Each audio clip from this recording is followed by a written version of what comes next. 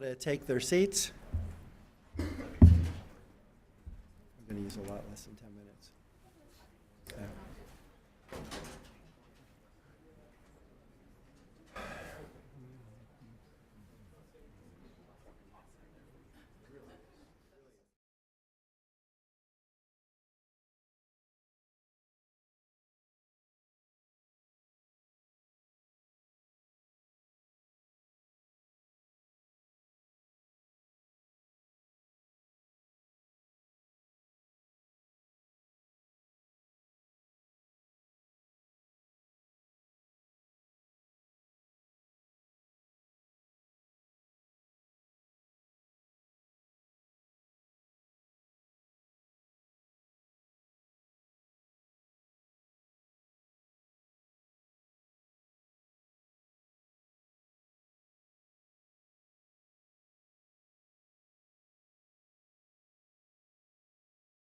Welcome to the Tax Policy Center's third quadrennial Candidates Tax Policy Advisor Forum. There are a lot of important issues, important economic issues in the campaign, but today we're focusing on tax policy. I want to thank Peter Navarro and Wilbur Ross, representing the Trump campaign, and Gene Sperling of the Clinton campaign for participating. I'd also like to welcome our online audience. Please email questions to events@urban.org. If you're live tweeting, please use the hashtag #live@urban. The two candidates for President of the United States present starkly different choices on tax policy. TPC has analyzed both tax plans. Our papers are on the table outside. I'll just give the overview from 35,000 feet. I should also note that we plan to update our analysis to include macroeconomic effects within the next few days. In summary, Donald Trump proposes historically large tax cuts, while Hillary Clinton proposes a significant tax increase. Clinton's plan would raise taxes almost exclusively on the rich and attempt to strengthen the taxation of multinational corporations. Tax rates on households with more than $5 million in income would increase from 43.4% under current law to 47.4%. The plan would also limit the value of certain tax subsidies for high-income households and implement the Buffett rule, a 30% minimum tax on millionaires. Clinton would increase the estate tax for very wealthy decedents. The proposal would end tax subsidies for fossil fuel production in an attempt to reduce emission of greenhouse gases. It would double the child tax credit for young children, and it would subsidize certain activities such as long-term caregiving. The plan would tax capital gains at gradually lower rates for assets held between 2 and 6 years in an effort to encourage investors to be more patient. Overall, it would raise about $1.4 trillion in new revenues over the next decade, although much, if not all, of those revenues will be earmarked to finance new spending initiatives. The plan includes new simplifications for small businesses, but overall would make taxation more complex for high-income households. Secretary Clinton's plan would reduce incentives to work, save, and invest for those with high incomes, and thus be expected to slow the economy somewhat. However, to the extent that the additional revenues reduce budget deficits, the reduced competition with the private sector for capital could eventually push down interest rates, which would boost private sector investment. The Trump plan would slash marginal individual income tax rates from a top rate of 43% to 33%, and corporate income tax rates from 35% to 15%. The 15% rate would also apply to some unincorporated businesses. In addition, businesses would be allowed to immediately deduct, expense, new investments, moving business taxation towards a cash flow consumption tax, and would also eliminate the estate tax. The Trump plan would raise the standard deduction significantly and offer new tax breaks to offset child care costs. He'd limit the value of itemized deductions to $100,000 for singles and $200,000 for couples. And the plan would repeal the individual and corporate AMTs. Overall, the plan would be simpler than current law. The plan would cut taxes by an average of $2,900 in 2017. The largest cuts in both dollars and as a share of income would fall on very high-income taxpayers. These proposals would tend to boost incentives to work, save, and invest. However, we estimate it would reduce revenues by $6.2 trillion over 10 years before accounting for macro feedback effects. If not offset, steadily rising national debt would compete with the private sector for capital, which would push up interest rates and eventually negate the short-term supply-side boost from lower marginal tax rates. That's the capsule summary. For more information, see our detailed analyses, which are available in the table outside this room. A few ground rules. By mutual agreement, the campaign representatives agreed to present and entertain questions separately. By coin toss, Mr. Trump's advisors will go first. The advisors each agreed to speak for 20 minutes, followed by a moderated discussion with David Wessel, acclaimed journalist and director of the Hutchins Center at the Brookings Institution, and then they will entertain audience questions. We know that there are many issues in this campaign, but we hope that the discussion will focus on the tax policy aspects. With that, I turn over the mic to Dave Wessel.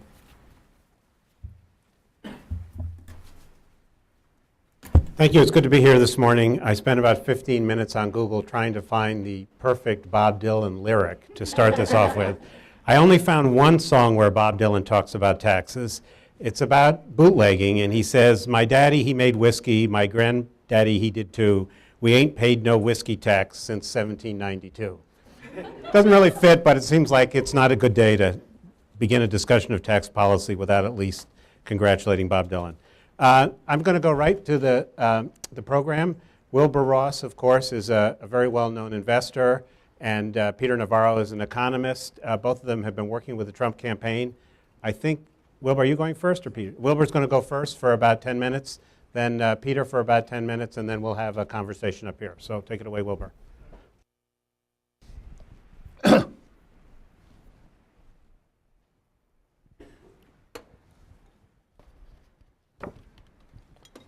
Thank you, David.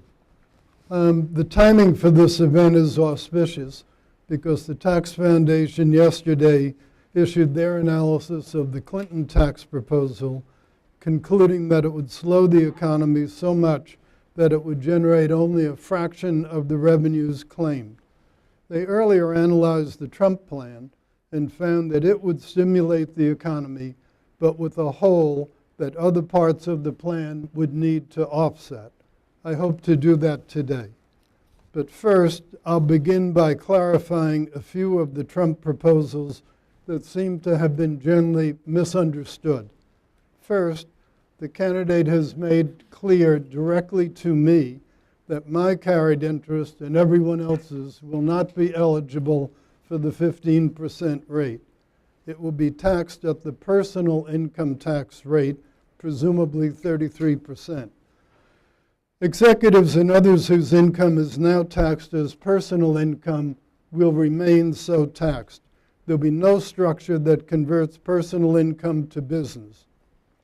Nor will private company executive owners be permitted to reclassify as business income what normally would be compensation. Businesses will be able to choose between rapid write-off of capital investment and interest deductions, but cannot use both. The details of implementing all this will be resolved when tax legislation is drafted, not now. So will any anomalies in the proposals that could cause some taxpayer more under Trump than at present. The intent clearly is that no taxpayer other than those with carried interest will be disadvantaged. Trump's other proposals will generate tax revenues by stimulating taxable economic activity, not by raising taxes. Therefore, his regulatory, trade, and energy proposals are actually part of the nuts and bolts of the tax plan. Each is integral to the other. Trump's business tax proposals clearly will improve our international competitiveness. Therefore, it is appropriate to include the estimated improvement in our trade balance as one offsetting source of revenues. The same is true of expensing capital investment. American voters will elect one president with one set of policies. The question of fiscal prudency needs to be addressed in the aggregate and revenue offsets that occur in the civilian economy are just as real as proposed spending cuts in the public sector. We analyzed the tax revenues from the trade, regulatory, and energy elements using the CBO's usual 10-year period, including the assumption that everything goes into effect day one. For regulatory reform, we started with the estimates made by the National Association of Manufacturers and by the Heritage Foundation that the total annual cost is $2 trillion. We estimate a 10% reduction in that.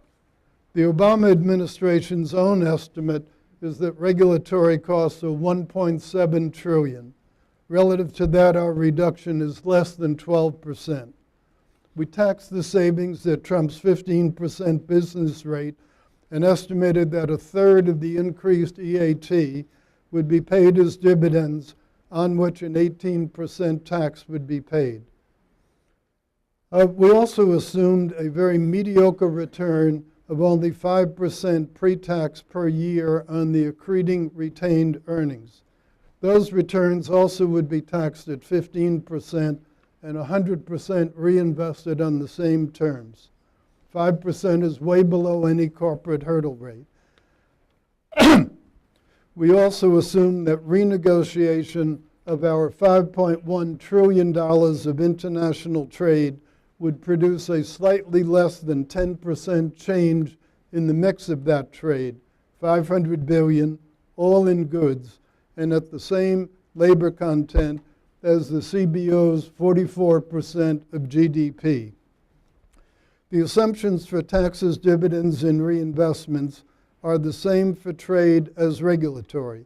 But since this is manufacturing, not just savings, we applied a multiplier effect.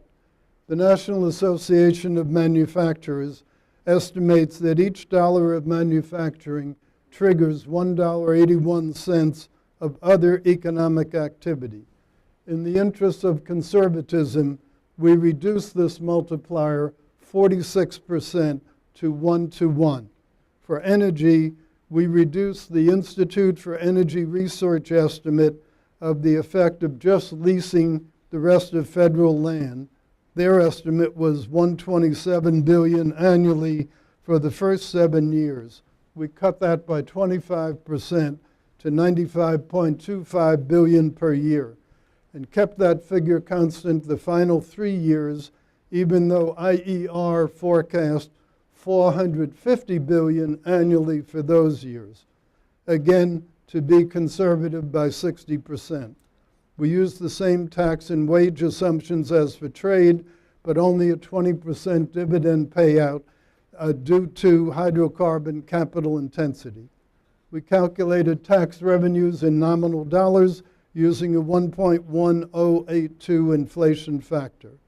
The result is total tax revenue generation of $2.374 trillion over the 10-year period, of which trade is $1.74 trillion, regulatory reform $487 billion, and energy $147 billion.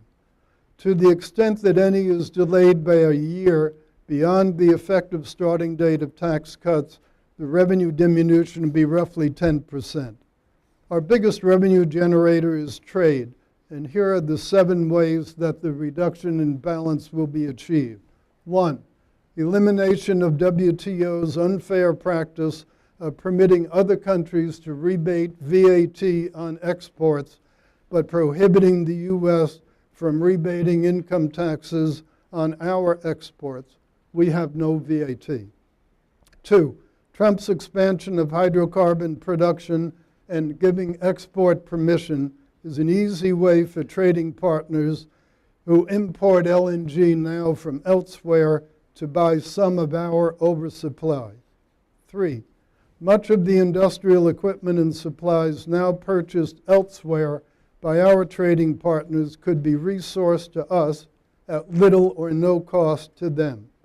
4, we will play countries off against each other in terms of access to our markets. For example, China is the dominant exporter to us of footwear and apparel. Next comes Vietnam, and then Brazil, Mexico, and others. What do you think those lesser countries would pay for a rejiggering of our tariffs so that they could gain market share from China? And what do you think China would pay in order to protect its present share? The president will use his virtually unlimited trade powers to punish promptly and severely both violation of free trade agreements and unfair tariff and non-tariff barriers whenever they occur. Sixth, our existing free trade agreements will be corrected to include more appropriate country of origin language and other imperfections. Seventh, if necessary, he will impose tariffs, but surgically, not the 3,000-item unnegotiated blunderbuss of Smoot-Hawley back in the 1930s.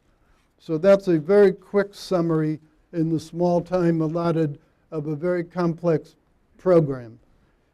We had a handout that I think some of you may have in front of you that goes in greater detail, and I look forward to a lively discussion in the Q&A. Thank you. Peter Navarro now will take you into some of the nuts and bolts. Okay. What's that?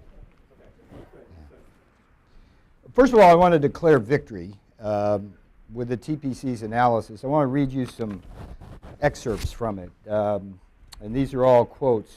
The Trump plan will cut taxes at every income level, reduce record-keeping and reporting requirements, remove several economic distortions created by the estate tax, decrease the incentive for U.S. corporations to move its tax residents overseas, increase the amount of savings and investment in the U.S. economy, and reduce the disincentive for entering the workforce for potential second earners by reducing marginal tax rates. That is a home run.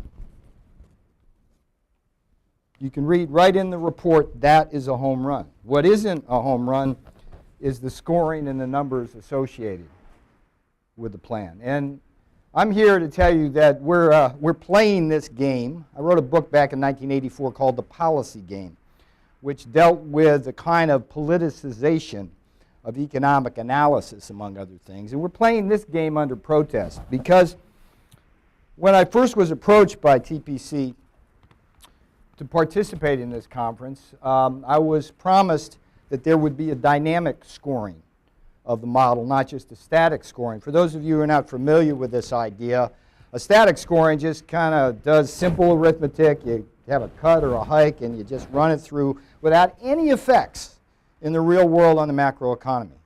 Okay? This is not a world in the 21st century that any economist lives in. It's just flat out just wrong to do anything in terms of static analysis. So I get the early release of the report a couple of days ago, and the first thing that jumps out at me is like, we found on a static basis there were a $6 trillion hole. I go, whoa, what's going on? So I reached out to Mr. Berman with an email, and he goes, well, there was a bug in the macro model to do dynamic scoring. And so I go, well, why don't you delay the report instead of releasing a half-baked report? Because everybody in this room who's a journalist, the headline's going to be the static number, not the dynamic number. And he said in his email, got it for any reporter here to say, that it doesn't matter. Okay, our dynamic scoring is going to show big numbers anyway because your deficit's so big, it'll drive up interest rates and they'll be crowding out. Okay, that's a lot of jargon thrown at you, but I could sit down with you for 10 minutes to explain why that's silly. Okay, so what's going on here? What's going on here? Politics. Politics. Politics. Okay, this is a left-leaning center that produces analyses that favor Democratic tax and spend programs and disfavor Republican programs. And just let me appeal to your common sense here for a minute. We're going to have Gene Sperling come up and present the Clinton plan. I debated Gene last week, and the thing that strikes me about Gene, which is that he served in the Clinton administration, the Bill Clinton administration, in 2001, and he was the chief negotiator for the worst trade deal in American history. He was the guy that got China into the World Trade Organization in 2001, after which we've lost over 50,000 factories, 5 million manufacturing jobs. We haven't seen incomes rise in 15 years in real terms. And we've seen the Obama administration double the deficit from $10 trillion to 20 in 8 years. It took us 230 years to get to 10 trillion. Now we're at 20 trillion in 8. Politics. So if you look at the numbers themselves, there's also analytical malfeasance, not just political malfeasance. If you think about the mission, what is the mission of a place like this? The mission is not to look at tax plans as a silo in isolation and say, if you do this, what happens to revenues? Because that always biases it against Republican tax cuts, by definition. The mission is to figure out what the overall economic plan is and how that will influence growth, job creation, and wealth creation, and revenue creation. And I asked them to include the rest of our economic plan, lay it out for you. Hillary Clinton raised taxes, increase regulation, shut down the coal, oil, and natural gas industries, and continue with all these trade deficits. What does Trump do? Lower taxes, stimulative. Reduce regulation, stimulative. Allow our energy sector to thrive, stimulative.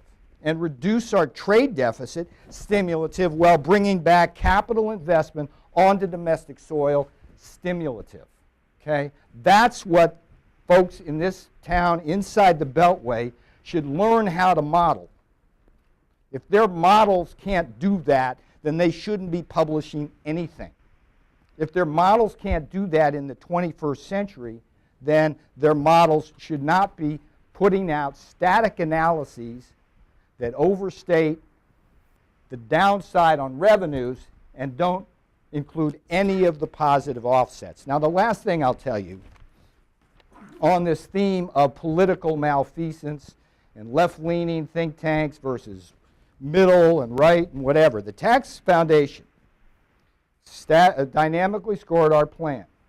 2.6 trillion down in terms of revenue reductions. Grant you that. Mr. Ross has told you that when you properly score under conservative assumptions, the rest of our plan, energy, regulatory, and trade, we pick up 2.4 trillion positive offsets, and together with spending cuts, we are revenue neutral. If there are any reporters in this room, the American Enterprise Institute's open source model will show you, I think, sometime today, that TPC's numbers are grossly overstated. And let me focus as the last thing on the business tax. Okay? We cut the corporate tax from 35% to 15%. What's important about that, and it speaks to the need to examine other things besides just the tax cuts, is that these are synergistic opportunities for our economy. When you cut the corporate tax from 35 to 15%, what you do is you realign corporate incentives so that corporations are more likely to invest in Michigan rather than Mexico. It is as simple as that. And if a corporation decides to put non-residential fixed investment here in the United States and instead of sending it off as external outbound foreign direct investment that will create jobs and growth there, that should be reflected in an analysis of a tax plan. They don't do that. It's synergistic. They are living in a silo world where the only thing that matters is taxes. And the problem with this town inside the Beltway, and I don't live here. I used to, but I don't live here, is that the Democrats think the only way to deal with budgets is to raise taxes. The Republicans think the only way to deal with it is to cut taxes, cut expenditures. And the smart path is what? Somebody tell me. What's the best way to balance the budget? Anybody. I'm a professor. I like to ask questions. You know what it is. It's to grow faster. It's to grow faster. We grew from 1947 to 2001 at 3.5% real GDP. We did that for 5.5 decades.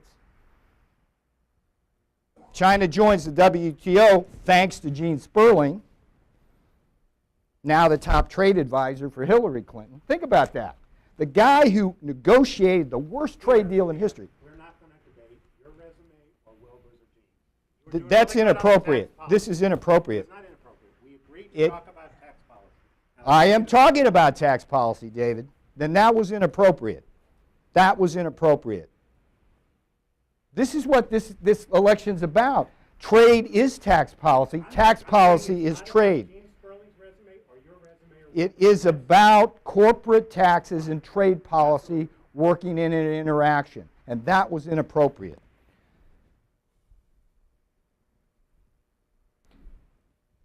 What this is about is getting us back to that 3.5%. I'll take my extra 30 seconds here.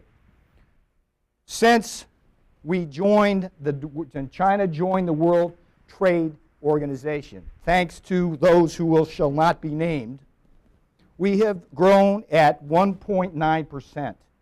One GDP point is 1.2 million jobs you don't create.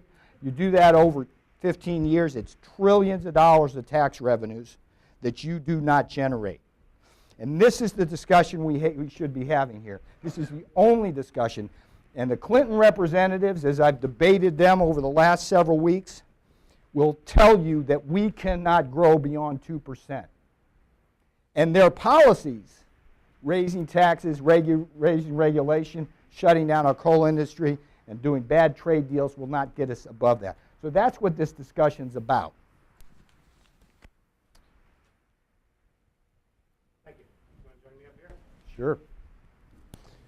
I want to thank Wilbur and Peter for being disciplined on sticking to the clock, which is always hard to do when you're talking about something as complicated as this. I want to understand, there's one question I have, because I think I understand what you were saying, is you both agree that even with a dynamic score, the tax plan would produce less revenues, and you say that we will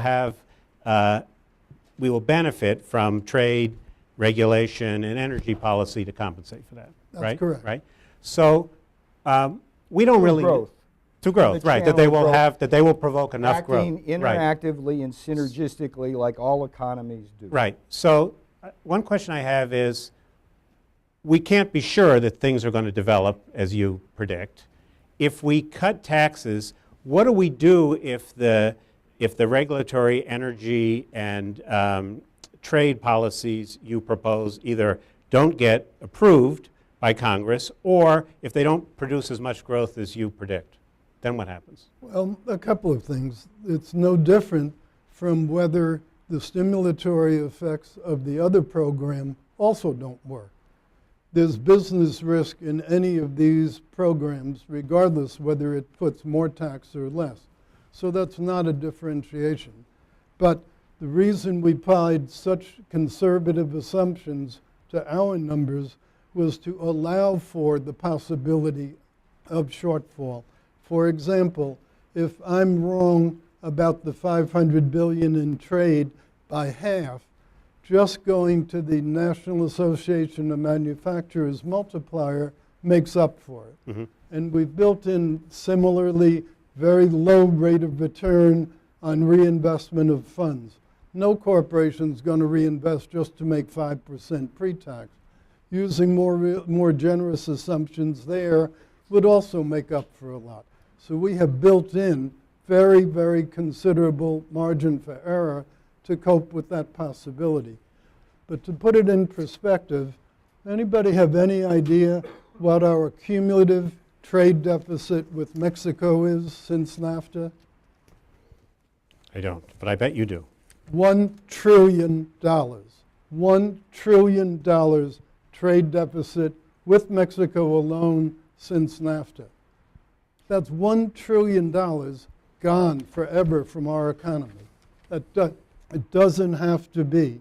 NAFTA does not have to produce terrible trade deficits. And part of why it and other trade agreements can be fixed and should be fixed, NAFTA's country of origin rule permits close to half of the total content of an automobile to be made in a non-NAFTA signatory, China, Indonesia, wherever. And yet it would come VAT-free, tariff-free, as true NAFTA product into the US once assembled as a car. That's ridiculous. There's no reason to permit that kind of thing. Similarly, our trade agreements are very weak in enforcement. Our FTA with South Korea in the automotive section seems to read that if South Koreans violate the agreement, which as they have, our maximum penalty is a 2.5% tariff. Right. That's ridiculous and won't change anybody's behavior. Can I ask? Can I make a comment about the South Korean deal? Because that was prominent yesterday in the latest WikiLeaks. The whole thrust of the Trump administration. I just want to interrupt for 1 minute. So I forgot to tell people that if you're not here and you want to ask a question, if you send it to events@urban.org, I'll get it on the iPad. Apologize. David, the whole thrust of the Trump administration is to trade, but trade well. And if you look at the 2012 South Korean deal, I think politically for voters, it is the microcosm of everything that's wrong with Hillary Clinton and her trade policy, because that one is clean. She was Secretary of State in 2012. She went throughout Asia marketing this as a cutting-edge deal. The deal was signed, and now 4 years later, the following things have happened. They promised us 70,000 new jobs from the deal. 70,000. 70,000. We have lost 95,000. They promised us it would be neutral with respect to our trade deficit. What we've seen is our exports haven't moved at all. They haven't moved the needle at all. Our imports from Korea have soared, and our trade deficit has roughly doubled. And as Wilbur said, most of the damage has been done in the swing states of Michigan, Indiana, Ohio, and Pennsylvania. Now the point here is, you asked, right? You asked. It's like, why do you think these other things wouldn't happen? This is as simple as going in and making smart, tough deals in a surgical way. So basically, the success of the Trump tax plan depends largely on you being right about trade. The success of this country depends on changing the economic environment to have American corporations be able to compete globally in a global economy with fewer regulations, lower taxes, the ability to leverage what is our best resource competitively compared to Europe and China, which is our energy resources, and to not do stupid things when it comes down to sitting across the table with Germany, South Korea, Japan, and all the other countries that are taking us to the cleaners. Can I ask you a tax question? So, Wilbur, I think you said that we're not going to have, you're convinced we'll be able to prevent people from shifting income from personal taxes to business taxes, even if we have a fairly large gap between the corporate tax rate and the personal tax rate. So I think that in general, we find that there's big incentives. If you're taxing personal income at 33, business at 15, if you're going to prevent people from doing that, doesn't that imply you're going to have a lot of extra regulation, a lot more of the IRS enforcement stuff? How else are you going to be able to prevent people from doing what seems to be you're creating a big incentive for? Well, if all the people in Washington, all the lawyers and all the tax experts can't figure out how to draft a simple thing like that successfully, they all ought to quit. All right. All right. One other thing about if you have a question, raise your hand, because I want to, just a minute. One other thing about the TPC's analysis, which is deeply, deeply flawed, is this: a lot of the trillions of dollars that they try to tack onto the Trump plan on the downside come from the business tax. But if you look at countries across the world and from a Laffer curve analysis, you'll see a strong negative correlation between the corporate tax rate and the amount of revenues collected. For a high corporate tax rate, we collect a surprisingly small amount of corporate taxes because that incentive so high is that it drives all those profits offshore. And part of the Trump plan is to repatriate that.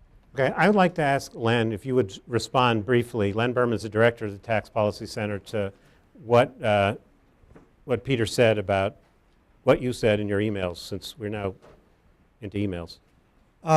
Well, thank you for your comments. Usually people are not quite so forthright in telling us what they actually, nobody's ever say anything as mean as that. Is this on? No, use the handheld. Okay. First of all, I will agree with you that faster economic growth would be good. And we did talk about the pro-growth aspects of the Trump plan and the effects of the Clinton plan as well. Yes. When we do the dynamic scoring, what we do is we use models that are very similar to the models used by the Joint Committee on Taxation and the Congressional Budget Office. You said crowd out is silly, this idea that we could accumulate $5–10 trillion of deficits and that it wouldn't have any effect on interest rates the government was paying. Okay, so I don't believe that. I know the Joint Committee on Taxation doesn't believe that. There is a worldwide capital market, and if the government is sucking up a very, very large share of it, it would push up interest rates. And even if it didn't push up interest rates, the government in the United States right now is on an unsustainable path. And if we continue to increase debt, there would eventually come to the point where people didn't. Okay, but what basically his point was that you don't fully take account of all the growth-inducing parts of their plan that would raise revenues and offset this. And the answer to that is? The answer to that is we don't model the trade and energy parts of it. Or regulatory. Or regular. But actually looking at the tax part alone is useful. Right. I mean, to decide whether to pass this reform, you should look at what its effect on the budget would be. And if we have $2 trillion in revenue coming in from other sources, that obviously affects the calculus. Or others who are just more expert in looking at energy and trade and other issues. Okay. And I should mention that the Penn-Wharton dynamic scoring model that Peter referred to, they've announced that they're having a webinar on the 17th of October at 9:30 to discuss the dynamic scoring of the Clinton and I should also point out After the headlines have already been written tomorrow. I should point out that the tool that our friends at Penn-Wharton have put together is really fantastic. And you can look at the effects of, you can alter the assumptions to see how, for example, assuming that there's no effect on interest rate, how that would affect the estimates and other assumptions about. But Len, take my point. What's going to happen is the Wall Street Journal, the Washington Post, everybody else is going to write stories tomorrow that don't include any of that offsets. And I know Wilbur has a response to your crowding out issue. Right. Right, Wilbur? Yeah. If 10 trillion more deficit over 10 years is going to drive interest rates to the moon, why didn't it do so with the 10 trillion of cumulative deficits under Obama?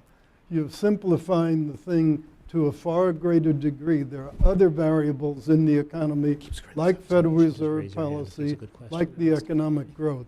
So the notion that it's as simple as a deficit equals exclusionary interest rates is ill-founded. Okay. I don't want to turn this into, all right. I'm going to turn to the audience. Lily, do you want to ask a question? And please identify yourself. Lily Batchelder, NYU School of Law. I was interested, Mr. Ross, in your... Could you hold the mic closer to your Sure. mouth so I can hear?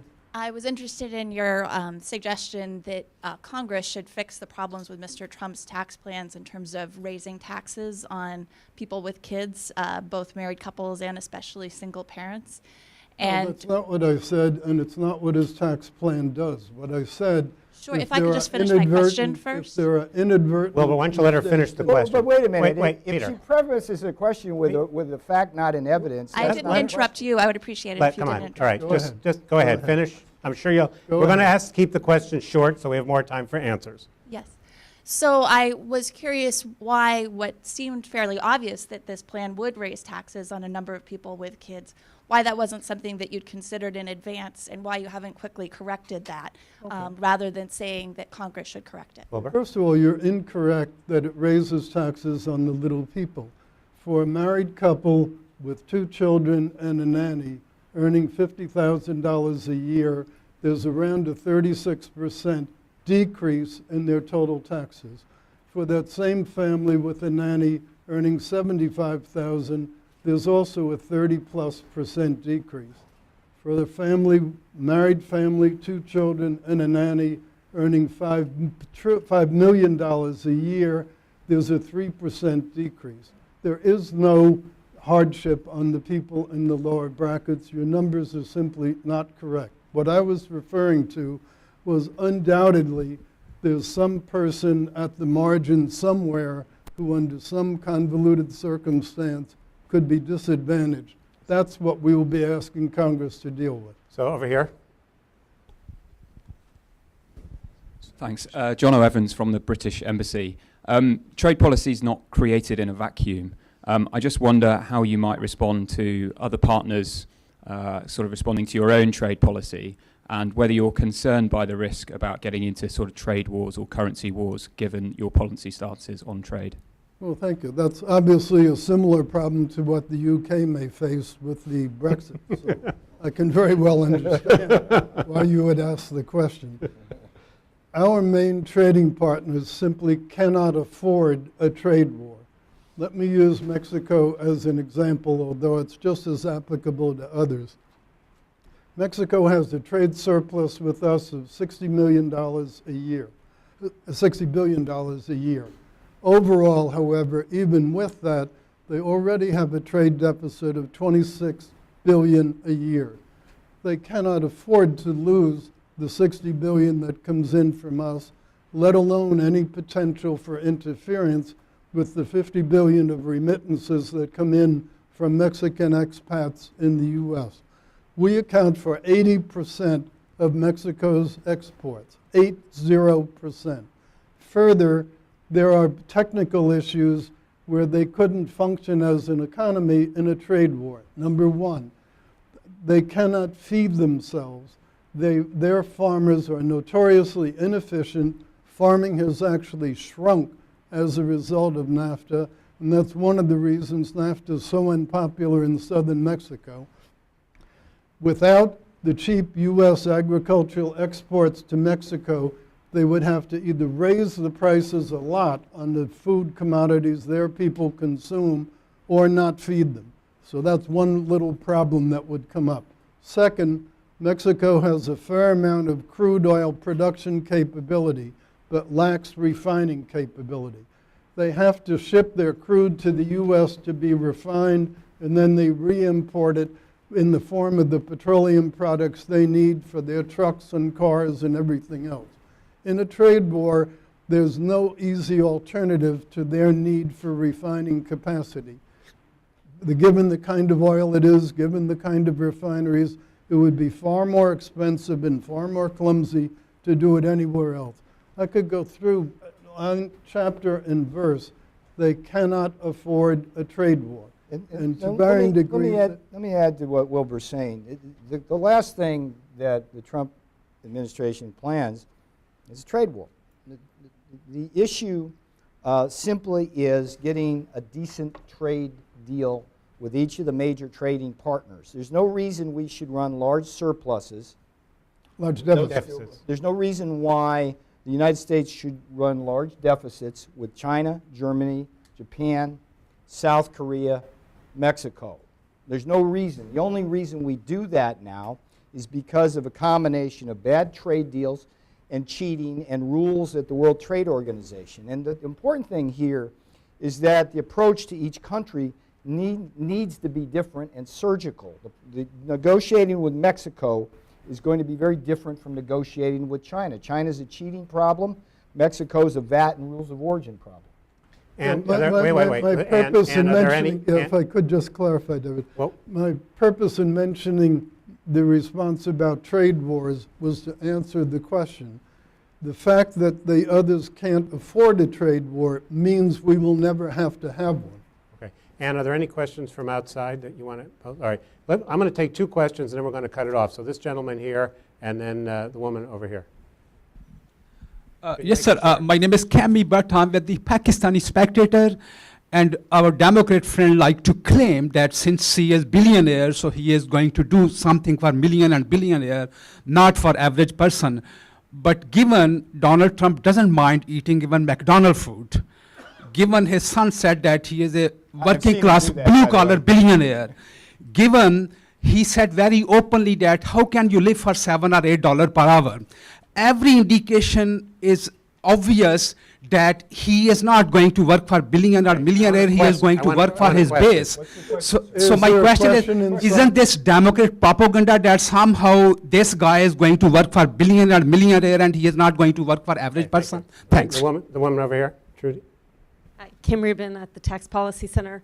I just wanted to ask a couple of specific questions. So you've talked about how... Make it 2, okay? Okay. Only. So I'm just curious if you have an example of a good trade deal that we've had, right? We've talked a lot about what the bad trade deals are. Let's do that And first. then Let's do that first. I'll give the second question. And then the second one, I was just going to bring up, push a little bit more on this whole being able to keep people from sort of taking advantage of loopholes. We've seen Kansas come up with a new tax package that's pretty similar to what you're proposing in terms of business versus individual income taxes. And they've actually kind of tanked their economy. They're running huge deficits and they haven't gotten the growth they were expecting. Okay, so we have, all right. Okay, well, trade deals that are good. Central American Free Trade Agreement is one of the very few that produces a trade surplus. It produces around a $5 billion a year trade surplus. And not to get too political, but that's the one trade agreement that Hillary Clinton boasted she voted against when she was in the U.S. Senate. So if you want a dramatic difference in trade policy, she opposed CAFTA, Trump is supportive of CAFTA. That's an example of a free trade agreement that has worked so far. Prior to it, we had trade deficits with the CAFTA countries. The reverse is true of NAFTA. NAFTA, we always ran a $4 to $5 billion a year trade surplus prior to NAFTA. Now, as I mentioned, we're losing $1 trillion cumulatively in trade deficit since NAFTA. The difference between the two could not be more stark. It isn't essential to a trade deal that you make a deal that's lopsided. That's the principle that has been forgotten in most of the trade deals that our country has done. Wait, Can I just say one thing on this? hope one of you will talk about Kansas as well. Yeah. What's the problem, as I see it analytically, we've got 2 problems here. We got the Tax Policy Center type problem where they only focus on taxes siloed rather than look at total economic plans. And then we have trade analyses by things like the Peterson Institute and the International Trade Commission. And both of those institutions have failed us in the following. If you just go through the 3 big ones, NAFTA, Peterson and the administration said it would create 200,000 jobs. We lost 850,000 jobs. In 2001, the China deal was supposed to create prosperity and growth for America. Peterson Institute said it would be good for America on net. We lost 50,000 factories, 5 million manufacturing jobs, and it's been devastating. The South Korean deal, I shared with you that, and now we have the same Peterson Institute and the Obama administration colluding on the Trans-Pacific Partnership, telling us once again that it will be a net positive. And what happens is the journalists, whether it's your paper or the New York Times or whatever, they dutifully report that Peterson Institute says this, but they never write a story on how the Peterson Institute has failed us for 23 years and basically helped destroy this economy. I'd like to add something.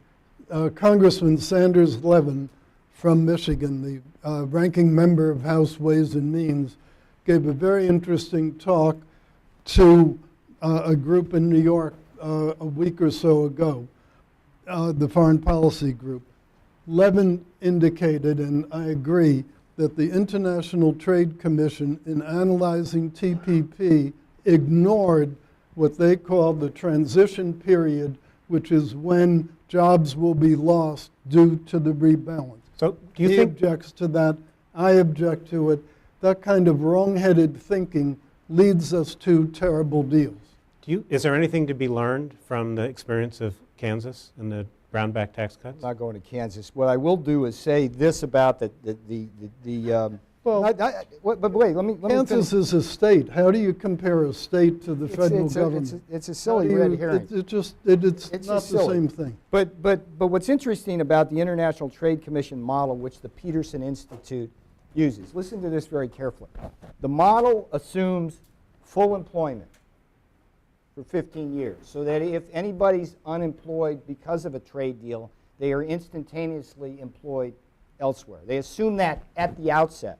They assume, secondly, that there will be no increase in the trade deficit. That's built right into the model so that you cannot possibly have a higher trade deficit through their forecasting. And number three, they assume a fixed capital to labor ratio so that if corporations' capital go offshore and they make a bunch of money, labor's still going to make the same amount of wages in proportion to capital. So all three of those assumptions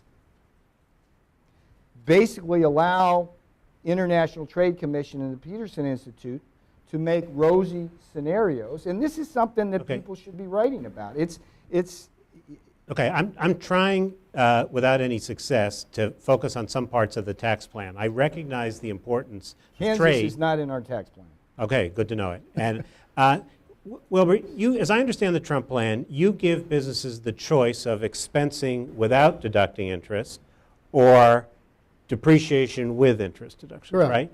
Why isn't this makes it seem like every time you have a choice, you have some complications and the possibility of people gaming the system. Why did you choose that rather than just moving to expensing as a default, which is the way the House Republican plan works? Well, the idea of it was to try to prevent some of the non-growth practices that corporate America has done.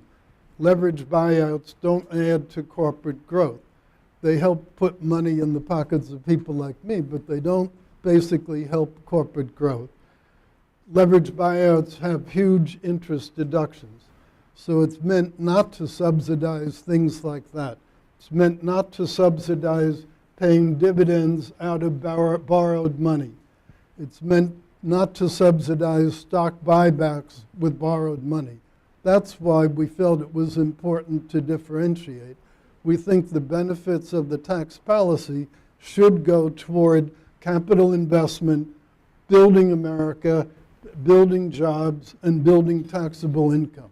That's why we think it's an important difference. And do you think that it's appropriate to use the tax code to narrow the gap between the inequality gap that's grown up over the last couple of years, or do you think that's best done in other ways?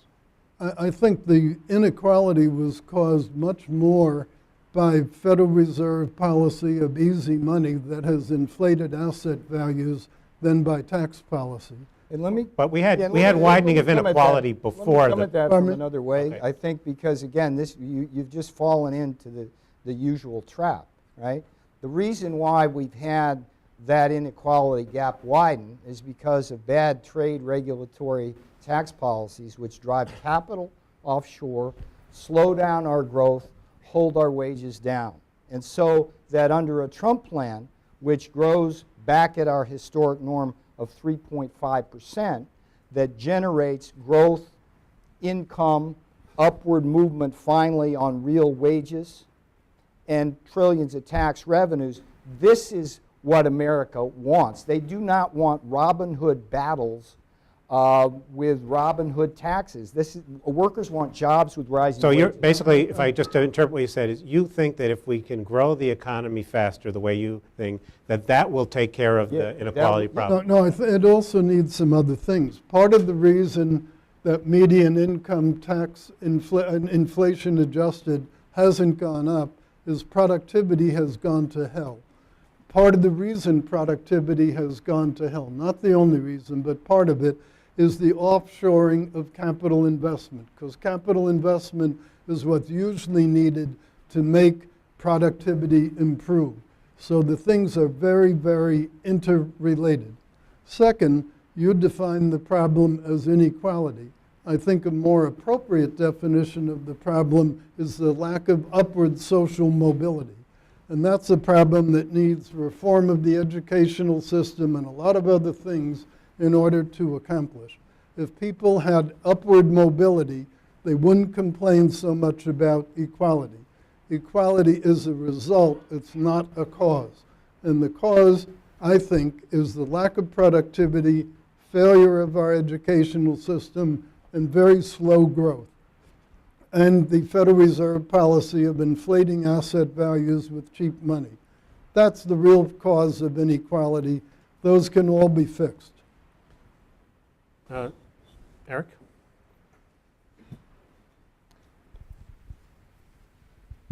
Thank you. Just two quick questions to get your views on economics. If we have a bigger budget deficit and more investment flowing into the country, what would the effect of that be on the trade balance? And the second question is, if the Chinese have a smaller surplus and therefore lend less money to the Treasury Department, what would be the effect on interest rates? Well, China has to keep buying investments in the U.S. because if they didn't, your in and out have to balance. So somebody has to buy whatever is from the outside. That's the reason that they have a couple $1 trillion invested. It's not to do us a favor. No, I think what he's saying is if they have a smaller trade surplus, they'll have less money to recycle, right? What would that do? Would that raise interest rates? Oh, that's true, but The underlying assumption here was that we were going to be running budget deficits and trade deficits, and our claim is that our plan is revenue neutral. We get growth, we get plenty of revenues, and we don't even go there. What we get is a rebalancing of capital, more capital and investment here in America, which creates jobs, revenues, income, and growth. also, if you look at their recent purchases and sales of U.S. investments, they have not been a particularly supportive investor in recent periods. So we're already in a period where they have not been doing what they used to do. And so I think that question has some premises that don't really quite fit what's going on. So the bottom line is if you have a tax cut that increases the deficit, But we don't, no, we didn't say that. We believe, and it's what we spent this morning, Well, look, we believe that it's revenue neutral when you allow for the effects on the overall economy. The fact that one portion of it is negative is not the answer, any more than just taking the positive parts of this program. That wouldn't be right either. You've got to take the program overall. America will elect one president with one set of policies. That set of policies is what will determine whether we have trade deficits, whether we have budget deficits or not. Over here?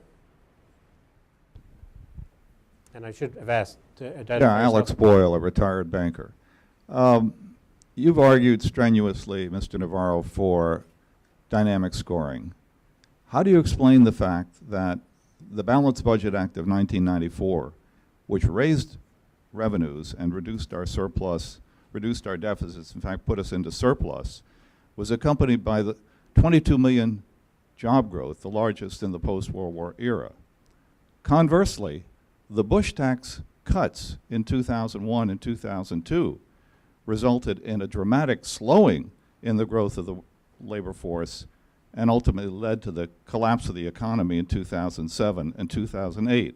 What confidence can we have then I that love dynamic scoring is going to produce the beneficial results that you assert?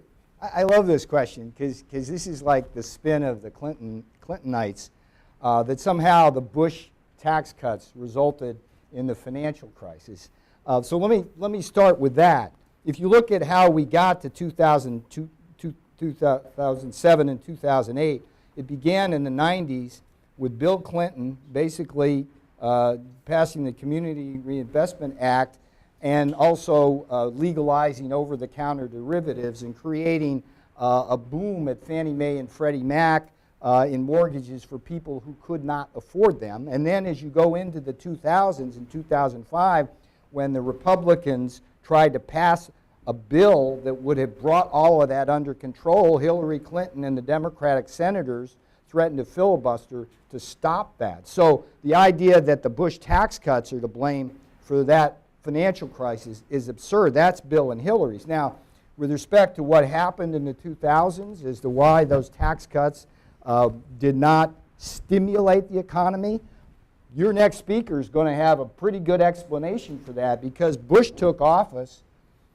the same year that China joined the World Trade Organization and began flooding our markets with just millions and millions of dollars worth, billions of subsidized goods. Our factories went overseas, our investment went offshore, and that is the structural economic problem which we have not recognized for the last 15 years, particularly in the last 8 years, when the Obama-Clinton administration has had only one solution, Keynesian stimulus, at the fiscal level and at the Fed level. And it's only done as it doubled our debt, and it's really screwed up the balance sheet, which David's going to be writing about probably for the next 5 years. So I reject that whole assumption. Is there anything we learned from the 90s and the Clinton tax increases of the 90s?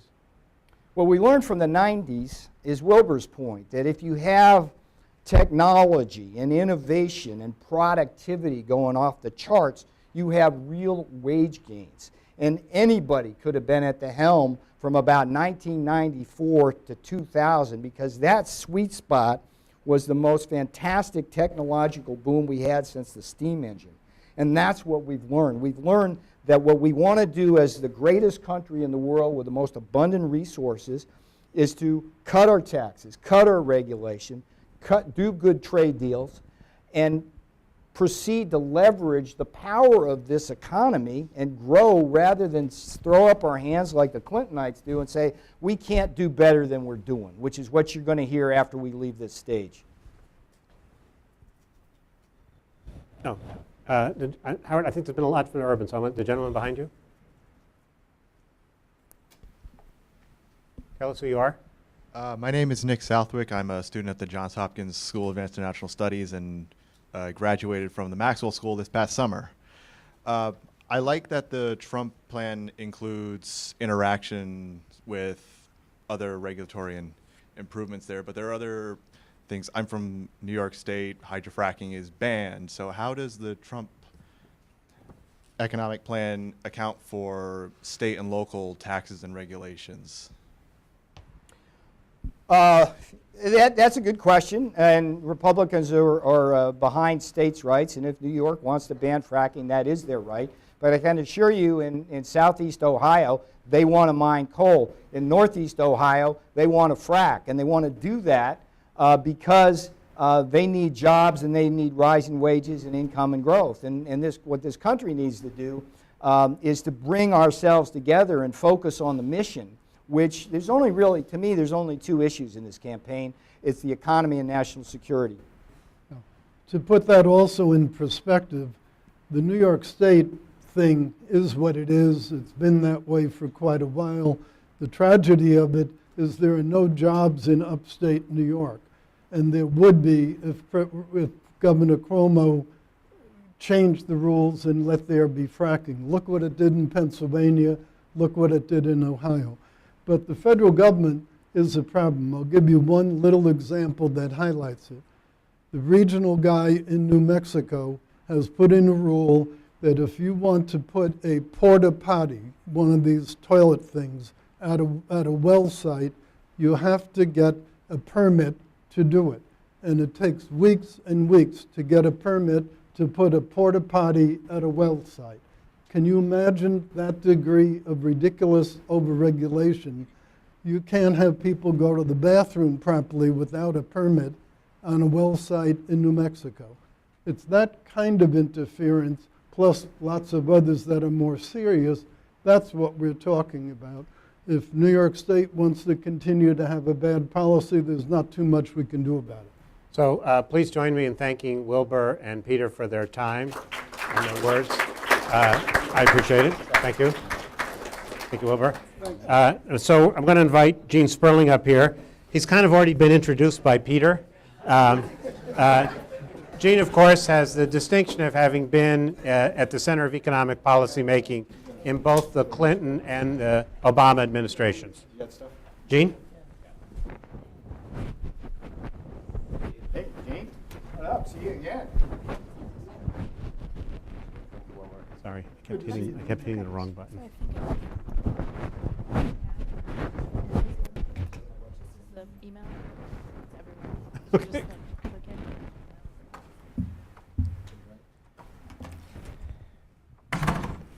Well, thank you. I know that everywhere in the country right now, all anybody is talking about in this campaign is tax policy.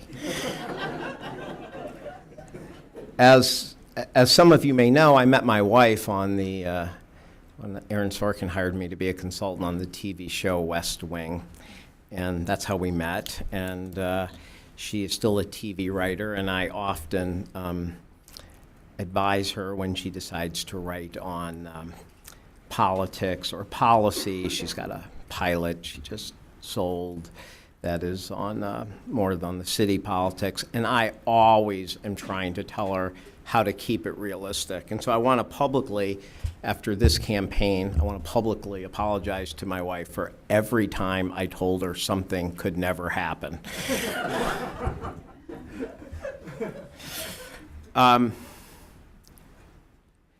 You know, for Hillary Clinton, the North Star of economic policy is not the particular rates or mechanisms.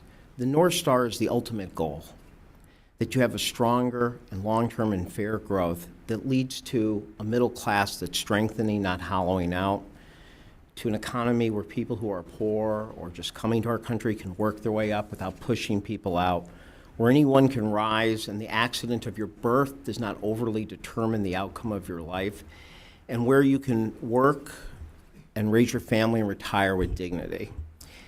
We put a lot of technical measures, but ultimately everything we do has to be measured by how much we are furthering those goals. So for Secretary Clinton, when we look at our tax policy, we're looking at what is the degree that it helps further those type of goals. So number one, I think a real focus of hers is aligning the incentives in our tax code, particularly for companies, businesses, with what adds jobs and long-term value to the United States and U.S. workers.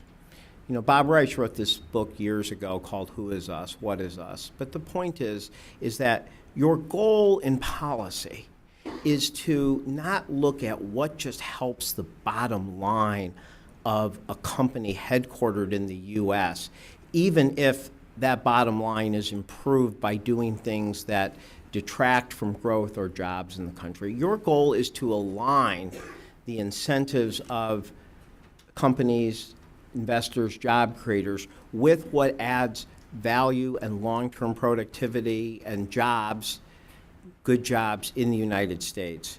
So yes, you see a lot of her tax policies, the 50% rule for inversions, the exit tax, the clawback tax, the incentives for Renaissance, for manufacturing communities, for R&D, for profit sharing, for apprenticeships, for expanded new market tax credits for low-income areas, but also for coal and manufacturing areas.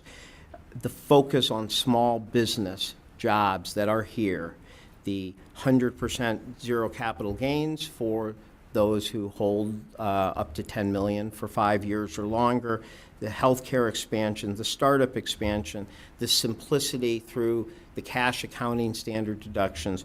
All of these things are designed to help align our incentives so we are rewarding companies when they are investing in the things that create jobs and add value here in our country.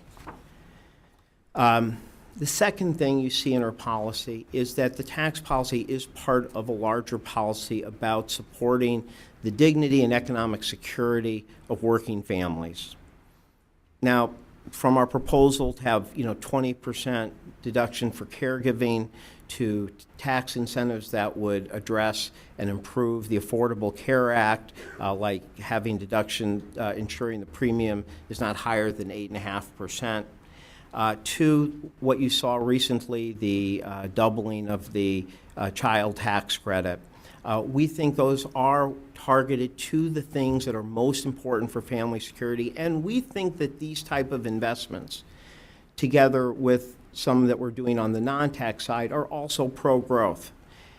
Because when you have too much debt for students, when you have people who can't leave jobs because of pre-existing conditions, when you have parents who can't join the workforce because of the incredibly high tax of child care, the degree the child care tax and takes away their work, these all hurt the ability of people to start businesses, be innovative, take risks, and join the workforce.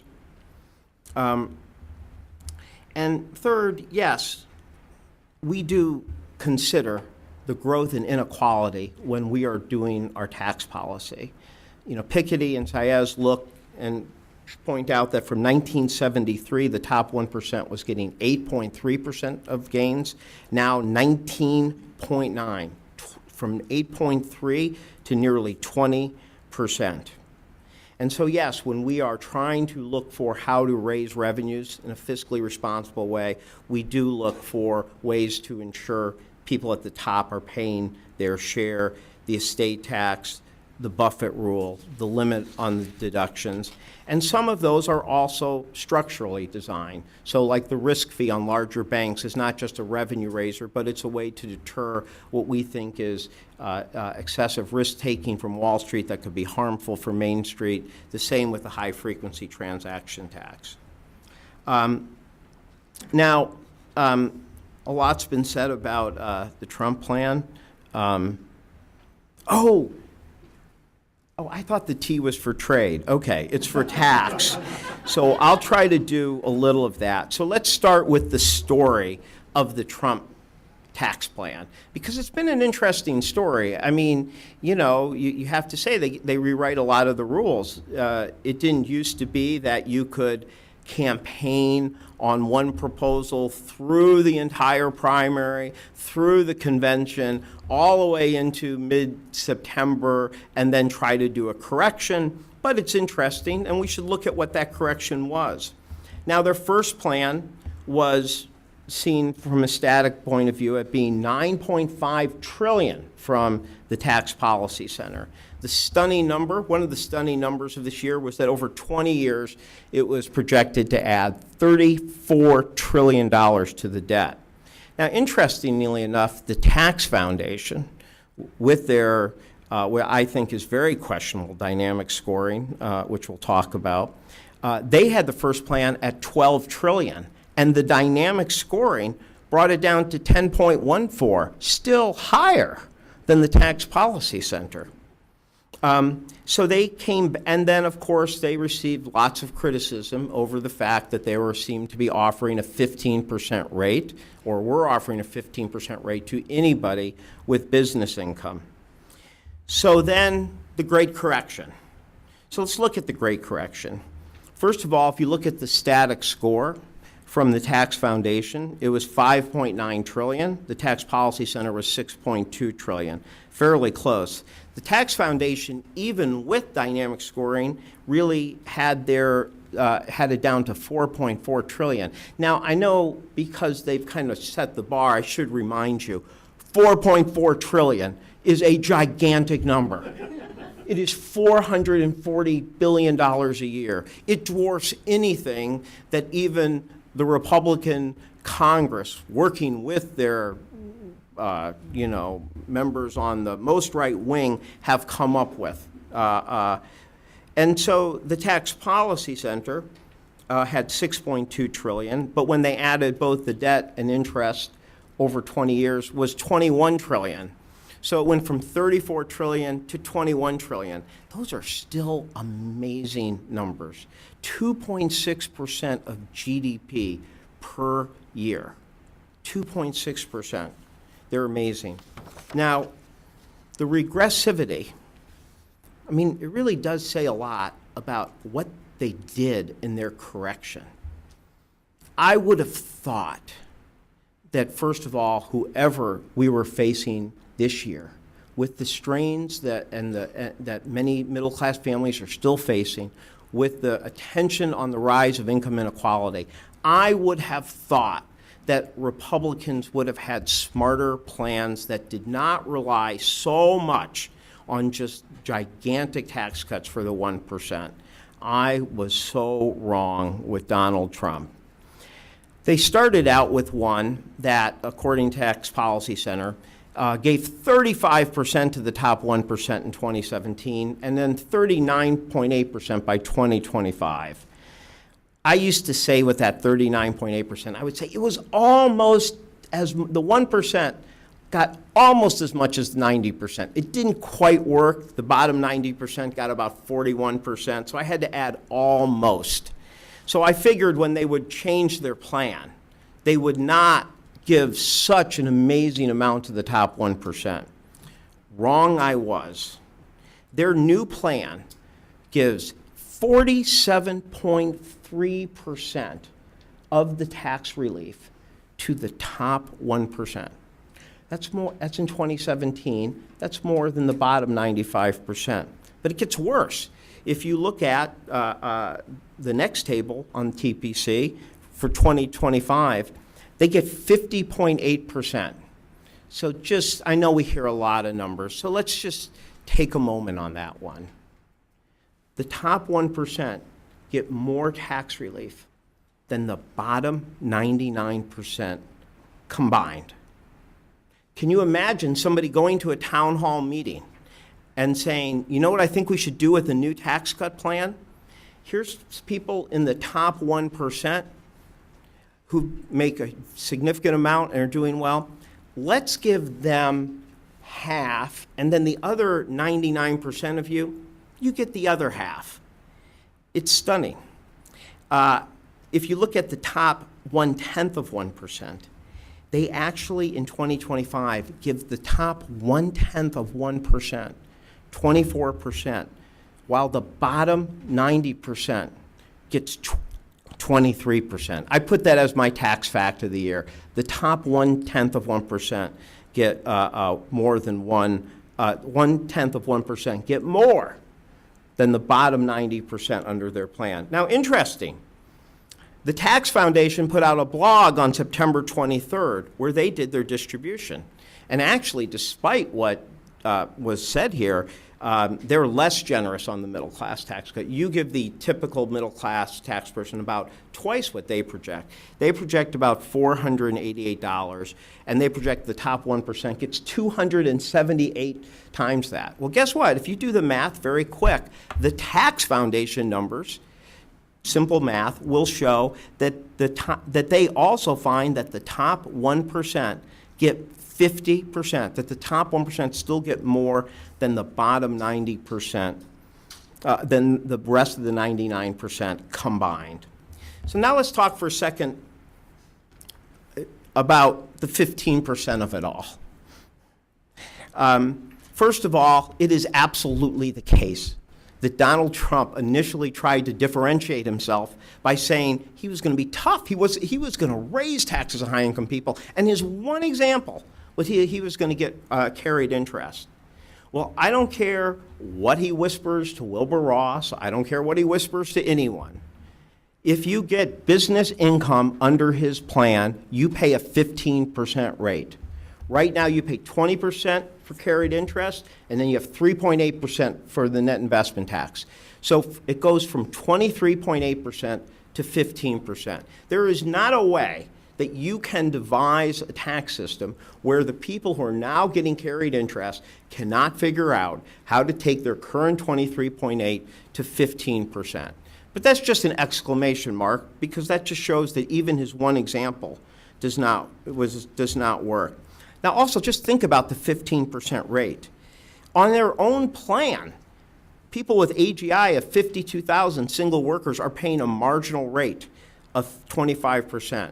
So if you have business income of any type, corporate partner, hedge fund partnership, lobbyist, architecture firm, when you're making over 5 million, you're going to be paying 15% on that. When you're making over 50,000 single person, you're going to be paying, you're going to be paying 15% on that. Over 52,000 AGI, you're going to, or 37,500 taxable income, you're going to be paying a higher marginal rate at 25%. Now, the interesting game that we've seen here is that there's been this effort to make 15% for small businesses the core of their proposal. Quotes by Donald Trump out on the field are that this is central to his plan. They are still talking about it every single place they go.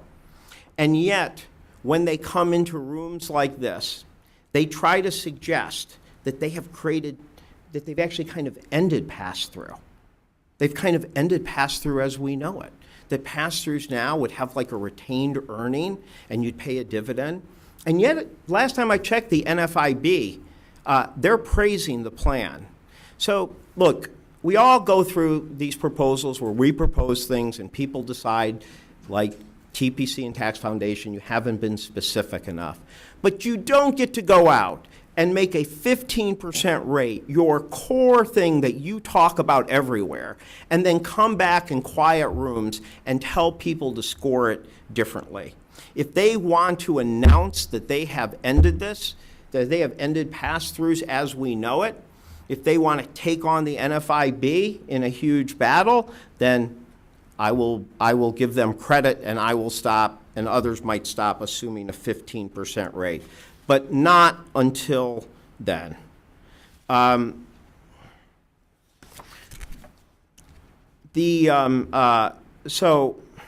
let me just also mention too, if you were to do the proposal they said, what would it mean? We have no idea how much that could be gamed. Could you leave your money in and then just sell the interest in it, never paying taxes or taking a capital gain? This you just create a super IRAs or tax shelter where people just leave their money in there? We have no idea. This is simply a proposal to try in these forms to take away the fact that they have a lower rate for hedge fund managers and investment bankers and corporate lawyers and consultants than even a middle-class family at the 25% rate. But it's also worth, if I have my time, to try to look about how they affected the middle class in their great correction. You might have thought that you would come back and make it more generous. But look at this. Even the Tax Foundation looks at the middle income and finds a static model that their after-tax change went from 6% to 1.3%. So they went back and made the middle class part 75% less generous, even according to the Tax Foundation. And no matter what Wilbur Ross likes to assert, it is not controversial that they raise taxes on millions of middle-income families. When Lily put out her paper, the Tax Foundation confirmed it, everyone's confirmed it. So guess what? Stuff seems confusing normally. This isn't really that confusing. In fact, this seems like a math question that I would do with my daughter. She's 10. First of all, why they get rid of the household, why they're going to put people who are single parents, divorced, widowed, in a worse place, who have children, by getting rid of household is very strange. But let's look at what they do in getting rid of the personal exemption. They get rid of the personal exemption, which is $4,050. So just keep these numbers in your head for a second, $4,050. But they're going to make the standard deduction for head of households and single people 5,700 larger. Okay, so you might ask your 10-year-old, how many times 4,050 is higher than 5,700? And I think you'll get 2. And then you might ask, how many times 4,050 is greater than the 17,400 that you're increasing the standard deduction for couples?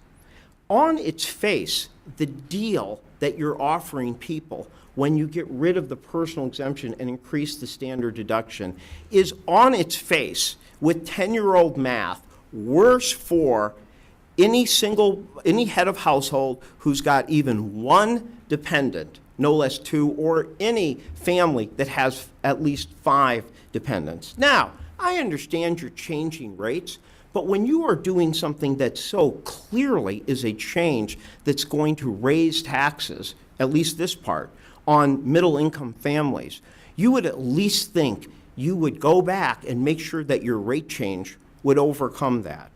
But that is not the case. And the example that Wilbur Ross gave is not true. And that family has under $6,000 in child care, they will have a tax increase. And if you look in the TPC, if you look at T160213, families with children, 20,000 to 75,000, you will see there that there is a tax increase. And you will see the Tax Foundation found nothing they could dispute in Lily's number. So here's the great correction. And I wanted to get to the dynamic scoring, but we'll talk about that later. So here's the great correction. They went back and they made their plan $6 trillion over 10 and only $21 trillion in debt increase over 20.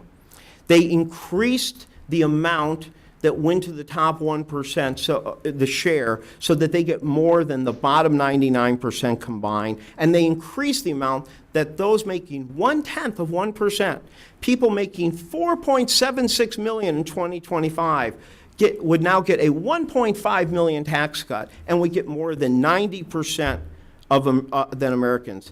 Now, when you look at where Hillary Clinton's focus is, her values, her laser-like focus on middle-income families and fairness and decreasing inequality, and you look at what the correction they did after having a year to think about it, I think it tells you quite a bit about the choice in this election. Thank you very much. Thank you, Gene, for deflecting the conversation back to taxes. I want to remind people who are watching online that if you have a question, you send it to events.org, and I can figure out the iPad, which has now been set to grandmother setting, so that I can. I'm probably going to get. Actually, I've already screwed it up. But if I can, now I get bad emails from grandmothers. But we're happy to pass them on. Gene, you didn't get to dynamic scoring, and I want to ask you about it. So, if we could do it, isn't that the right way to evaluate tax and, of course, spending investments? No, look, I think we have to all be very thoughtful about these. Did you lose your mic? You had a mic.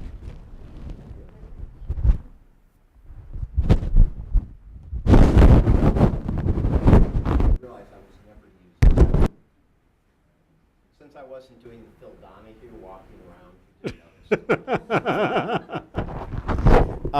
For everybody under 40, Phil Donahue.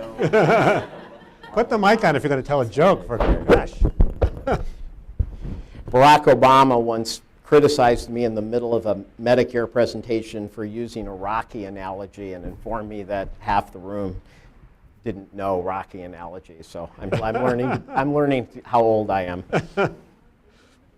So the question was, should we use dynamic scoring? So first of all, the most important point to understand is, and I think this was what Len was trying to say, is that when people have moved to dynamic scoring, people debate it. People debate things like, if you raise taxes, do people work less hard? Or if you're somebody who has to hit a certain goal, an income goal, which many people feel, do you actually put in more hours to hit that goal? There's a lot of disputes like that. But the most important thing to understand is that whenever this is done seriously, whether by the tax policy, whether by the Congressional Budget Office, whether by the Tax Policy Center, it is not a game changer. It might affect, 5, 10, 15%. Now, the people at the Tax Foundation, I have a lot of respect for them individually, their integrity, and I think the fact that they put forward both a static model and a dynamic model allows people to essentially, who reject their dynamic analysis, to take a look at their static analysis, as I was. But it is without question that they are completely out of the mainstream, that there is none of the official scores. Who is out of the mainstream? The Tax Foundation, in their dynamic. And sometimes it's been on issues I've supported, bonus depreciation and others, where they thought it would return 75% of the cost. In their analysis, they assume that the estate tax just affects people over 10 million estates, that it would go from 240 billion costs to 24 billion. I mean, I'm sorry, but that is kind of absurd on its face. So, unfortunately, while I think the Tax Foundation does excellent work in many ways, their dynamic model, to me, allows people to think that they can essentially drink chocolate malts and lose weight at the same time. And I don't think that is, that is responsible. I do think that it is worth us all looking at this. I think, yes, some of us have to look at whether there's as much crowding out as there might have been, with recent economic events. But the idea that there's none seems rather going far too far. And one needs to take a look at these things. But I think when you do, you should be very focused on evidence and risk management. How hard is the evidence to support that? Now, some people are making the case on the progressive side that with low borrowing rates, some infrastructure could pay for itself. And we should be able to look at that, but we should look at it with an eye to very tough evidence. And secondly, we should look at the risk management side. What if you're wrong? How harmful would it be? Now, if you had a plan that was a one-time, let's say, infrastructure, or something that was of a reasonable cost, or perhaps it was going to help deferred maintenance or the cost you were going to have, or going to some extremely worthy cause, then you might say, well, even if the kind of dynamic optimism didn't turn out, this would still have lots of benefits. That's what shows to me, though, how incredibly risky and wrong the Trump tax cut is. Because if you're wrong, which I think they definitively are, on your $21 trillion debt increase, you have dramatically hurt the economic and fiscal position of the country. You have, regardless of how much you have crowded out private sector raised interest rate, you have crowded out our ability to deal with Medicare, with Social Security, with deferred maintenance, to have major skills agenda. So, and for what? And then if it was wrong, what did you get out of it? They're giving half of that money, half of that, to the most well-off people in our country. And I will point out, people don't like this to point out, and I'll try not to engage in some of what we heard, which is saying, that you're single-handedly responsible for the rise of China? I think he was going to go to how I was single-handedly responsible for the 4.3% private sector growth under Clinton, but I just think he didn't get a chance to get there. But guess what? The world has tended to work how you would think without dynamic scoring long before Kansas came.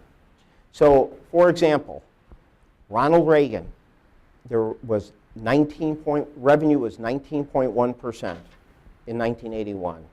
Despite the folklore of GDP, despite the folklore, it never returned to 18% under his watch. It was usually around 17%. There was a 2% of GDP gap, which is what you would have expected. And that was after Bob Dole made him take back some of that. So it ended up losing revenues. In 1993, we heard the same stuff. if Bill Clinton raised taxes, and let's remember, he was raising taxes from 31% to 39.6% for the top 2%. You know, John Kasich said he'd join the Democratic Party if it didn't kill jobs, and He's halfway there. well, you know, the way the Republican Party's going, we might get him for different reasons. But the fact is that revenues went up when we raised taxes, and and then again, people like to say, oh, it's because Clinton agreed to the capital gains tax increase. But the majority of the increase in revenues was up to 18.6, 19.2% before that came into place. And then with Bush, when he cut taxes, revenues went down. So you have, at a macro level, all of the evidence that suggests that you can drink tons of chocolate malt and lose weight is something one should be rather skeptical of. So is chocolate malt, is that still a thing? You know, my daughter and I, we like to go to Burger Lounge in Santa Monica, and we get the chocolate malt with whipped cream. Oh, it's a California thing. I got it. No, it's a Gene Sperling thing. So, Gene, the Secretary Clinton says that she won't raise taxes on anyone earning under $250,000 a year, which is similar to a promise that President Obama made. So doesn't that rule out any kind of fundamental tax reform where there's going to have to be some people who are losers and some of them might be under 250? Are you basically, you have the Clinton campaign has a tax credit for almost every problem I can think of, which seems to move us away from any kind of broad-based tax reform. Am I misreading your reading of the politics? Well, look, I think it goes to what I said at the beginning. You can decide that your goal is tax reform per se, or you can decide that your goal is certain larger economic issues like family security, how people are, whether they're able to get paycheck to paycheck. You know, child care is a huge issue, and this tax cut that she announced was a really positive thing, both for poverty reduction, one more step in what we started in '93 in terms of the EITC and refundable tax credits, which, by the way, evidence has shown to be excellent for growth, for labor participation, for effect on children. And so we look at that and we say, if that is a way, if that can be a piece of our child care proposal, if that adds to more upward mobility, people able to live more in dignity, and if it makes it easier for parents, men or women, to join the workforce and then increase labor participation, that's a positive thing. Now, you could say, well, yeah, that makes somebody have to check an extra box. And then you can say that adds a bit of complexity. But the question is, what's the impact on the family? And so I think our focus has been on what is, you have to have, we have been, you can like or not like our campaign, but we have had priorities. And one of the things about paying for your different measures is it does make you decide what to focus on. We put $500 billion on debt-free college, free tuition, helping skills for people who are doing non-college degrees. That's a priority. And we've put in child care and helping working families with children is a priority. And so I think that, of course, if you can have a tax reform that goes through all this effort and leads to those improvements for middle-income families, for working families, of course you're not going to be opposed to it. But many things would cost extreme amounts of money that might crowd out our ability to do a major jobs agenda in infrastructure, manufacturing, small business, and housing, which I think housing will be increasingly important for jobs and for affordability for families in the coming few years. And so this is a matter of priorities. And what about on the business side? Do you think it's a bad idea to have a base broadening, lower rate business tax reform? I think that she is going to approach this from a very principles-based point of view, which is she is, perhaps she's not showing her hand on exactly, where she would be, but she is sending out what her principles are. She wants something where the incentives are on investment in the United States. And she's made that very clear. And she is trying to take away of the incentives that encourage a global race to the bottom take away the idea that some of our best and brightest at the best and brightest companies spend more time on international tax arbitrage than they do on innovation. And she is trying to make sure that we are not indifferent to whether you locate a factory overseas or in the United States, particularly in, one place where I guess we do agree a bit is we do think manufacturing is value added, that the supply web that it creates makes location in the United States more attractive. So this is her focus, and she's laying out a sense of principles. And I think she's also making clear that she's not going to engage in this $2 trillion corporate tax cut that they have, or even the sense that that you couldn't fix the corporate tax revenue, that you couldn't do corporate tax reform, that the only way to do it is to actually get even less revenues. We just extended all of the corporate extenders without paying for them. This is a moment where you can make a very strong case that you could have sound corporate tax reform and still have revenues that could help with the infrastructure, manufacturing, small business, and housing, which will be good for companies and good for the U.S. bottom line. And sometimes I think that in settings like this, we put an awful lot of weight on the incentives that we think that taxes create, which may exceed the incentives that they actually do in real life. One of the things that Secretary Clinton has talked a lot about is providing a longer-term horizon for investment. So you have this proposal, or they have this proposal to require a 6-year holding period for long-term capital gains. Now, this is kind of complicated. I guess the Tax Policy Center has raised some questions about whether it's effective. But one of the things I don't understand is that it seems like you're using the tax code to try and improve corporate governance, when it's not clear that the problem is that investors don't hold the stock for a long time. It's that even the investors who hold the stock for a long time aren't putting pressure on the CEOs to run for the long term. So right. Look, I mean, obviously in the campaign you put out very specific proposals, but you're also signaling to the country what your priorities are, how you'd like to see the economy. And I think that Secretary Clinton, I think President Clinton feels this way too, feels that you have to have more of you have to use really every tool that you can to, again, put the focus more on what the U.S. bottom line is. And, for example, a perfect example was the repatriation holiday. Everybody said, well, if you bring that money back, we have to bring that money back. Well, it's without a dispute that the money brought back was not invested, did not lead to more jobs. My understanding is President Bush regrets, I think most of the people regret signing that. So bringing back money to pay dividends, buy back stocks, increase executive salaries might be good for that company. It might even be good for their share price. But does it add value to the United States? So I think she looks, and I think she does buy the view that she would like people in our country to be thinking more about the long term. I'll tell you, doing a little consulting, it is interesting to be part of the startup world. I mean, people sit there and they devote their lives to a vision of over 10 years. There's no quick thing. You have to build a product.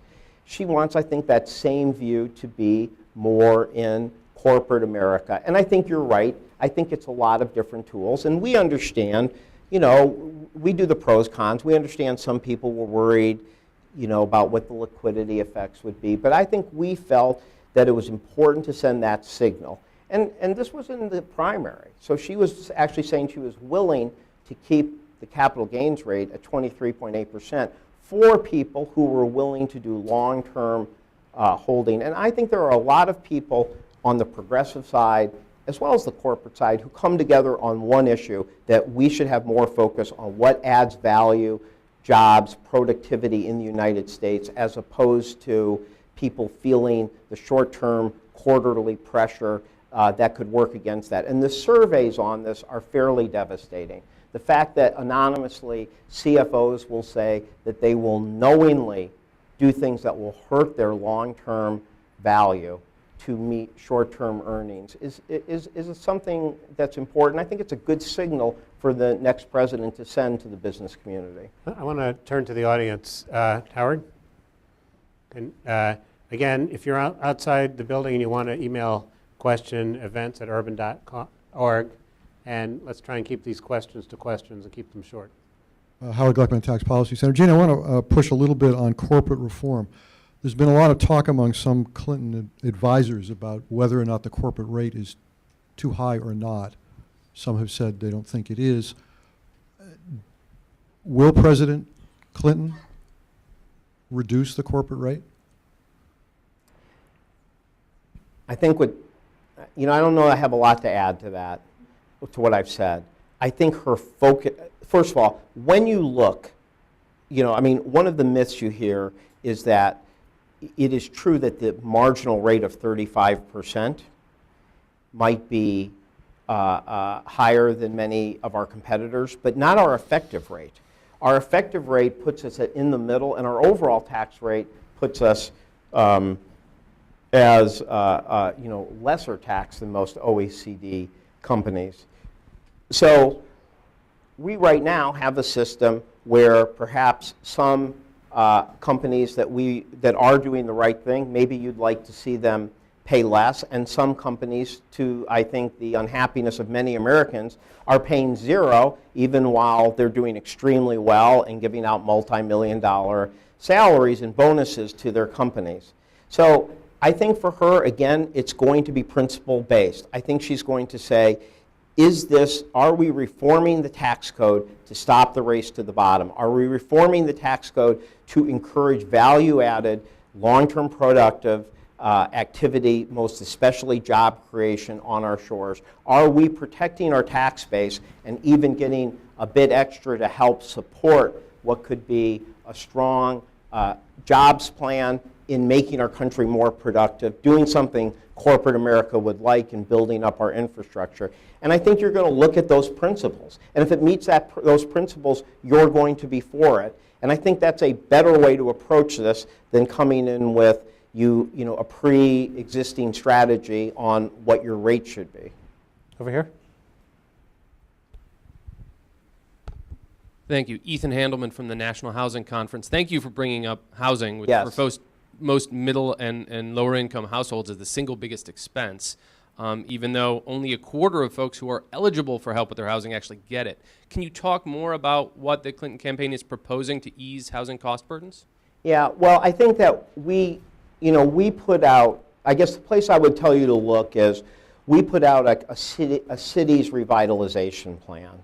In that plan, we talked about several things. Some of them were things like strengthening Community Reinvestment Act, doing more for counseling. But we also talked about giving local governments, mayors, the options of doing down payment assistance, the need to deal with affordable rentals. But I do think that even as this year has gone on, the awareness is increasing that we really, perhaps not everywhere, but in large amounts of our country, face an affordable housing, affordable rental crisis.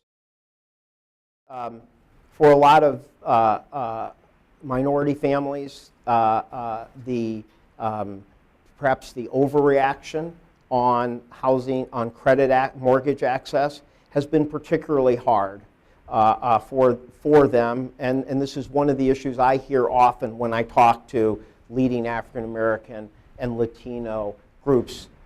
So I think this issue is multifaceted. I think one, there are jobs. This is a place, by the way, where you can see extra growth. So instead of not quite as pessimistic as some, I think that we could easily have the type of agenda that could get much higher economic growth. And one of the places is that residential investment is about 3.5 to 3.6% at this stage in the recovery. It is normally 5%. The Urban Institute, this fine place, has suggested that 5 million people might have had more mortgages had they simply had the FICO scores that would have worked before the run-up in the crisis. I think what you're talking about on the affordability, that we like people's housing to not be more than 30%, and that you're seeing higher 50%. And the down payment strategy has got to be an important one, because when you see people stuck in high rentals, where they would be better off buying, but simply can't get out of this cycle. So I do think that while we have focused quite a bit on infrastructure, manufacturing, small business, innovation in our jobs, I do believe that housing will be a bigger part for a Hillary Clinton job package, and I think the country will be forced to focus on it because this problem, demographically and otherwise, is getting worse, not better.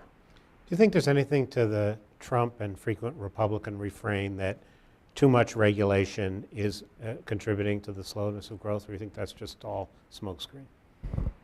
Well, one of the things that the Obama administration does, and virtually everyone does now, is they look at what the costs are, and they look at the benefits. Now, people dispute. People have different views of what the benefits are, how much it should take in quality of life issues, et cetera.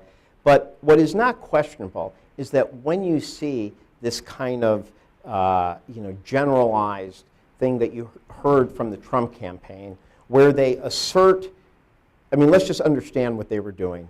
They were asserting a number that can't be actually put together, that there's like $2 trillion a year, which is just a bogus number. Even if you were adding up that number, you can't just add up the cost without looking at what the benefits are. Many of these things that they say are costs are, with evaluation, net benefits. Then what they say is, well, we're just going to cut that by 10%. We're going to assume that's $200 billion of profit, and then we get the revenue to get the deficit down. That is as magical and simplistic as almost anything that you've heard in a presidential campaign, other than the idea that you will magically just get rid of all imports, apparently, and that will have no impact on exporters who need parts, and that will magically do well. By the way, I do encourage anybody to read Adam Davidson's story in The New Yorker on the inability to find virtually anybody other than the two gentlemen here who agree with the two gentlemen who were just here. Bob? Robert Williams with the Tax Policy Center. The Clinton tax plan has been given kudos for being fiscally responsible because it roughly balances if you count spending and the tax increases. What it isn't responsible for is what's happening down the road, 10, 15 years down the road, where we really have to start working now to balance budgets in the future. What plans are there, could there be in place to deal with that problem? Well, again, your goal is, are you getting the type of strong and fair and long-term growth that strengthens as opposed to hollows out middle class and creates opportunity? And I think that, I've been at this for a long time. And my view is that when you're looking at fiscal policy, it's very specific to the challenges you face at that moment. In 1993, after 12 years of a rising deficit, with the deficit expected to go up to what at that time seemed, unprecedented levels, a Democratic administration showing that they were going to bring down the deficit and control things, led the bull out of the gate. And you had a flood of investment, and you ended up having, a very strong growth period. By the way, just want to say one thing on growth. I just got to say one thing about growth, because this is whenever I do this debate, just so that we're clear. You don't have a good growth plan by just asserting a higher number than your competitor, okay? I don't know whether the Cubs will finally win the World Series, but it won't be that when the managers shake hands at the beginning of the game, one manager says, we plan to score 17 runs today. You actually have to do the pitching and hitting and fielding to do that. Now, it's a little ironic that I get that, because if you want to be that way, I wasn't raising it, but if you want to be that way, there was an administration that had well over 4% growth for 4 years. It was the second term of the Clinton administration. And I think if you're the Trump campaign, what you really care about is private sector GDP. Private sector GDP was 4.3% for both the first and second term under Bill Clinton. It was substantially higher than under Ronald Reagan. So the notion that if you have a fiscally responsible plan that raised taxes on the top 1%, that would kill economic growth is somewhat belied by that but to go experience. I accept all that. But to go to Bob's question, basically what Secretary Clinton seems to me to be saying is, I know we have a debt to GDP ratio of 75%. I know it's rising. I don't consider that my top priority right off the bat. I want to do these growth-enhancing investments and tax cuts. Yeah. I recognize that it won't make the deficit, the long-term debt problem, any worse. So I want credit for that relative to Trump. But we're going to put off till some other conversation what we're going to do about the rising debt. So I'm sorry, I did divert. But the point is, right, that you do have to look at the particular era that you're at. You have to be evidence-based, and there's things that you assumed in the 90s that you have to question now based on what has happened economically. Right now, if you look till 2020, we are kind of at pretty steady 3% GDP, and deficits. I'm sorry, 3% deficits as a percentage of GDP.